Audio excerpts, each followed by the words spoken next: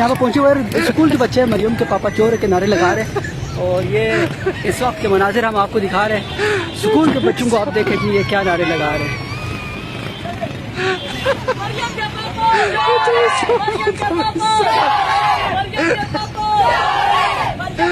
यहाँ पर आज मौलाना फजलुर रहमान का धरना है, सारे पीडीएम पहुंचे हुए और ये नारे लगा रहे हैं, क्या देखें।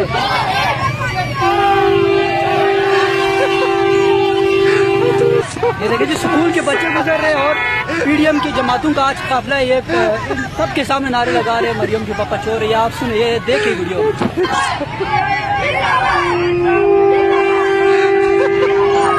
देखिए जी खान साहब के हाथ में नारे लग रहे हैं और यहाँ से काफिले गुजर रहे हैं मुस्लिम लीग नून और इनके, और ये जो नारे जो लगा रहे हैं इस वक्त आप देख सकते हैं।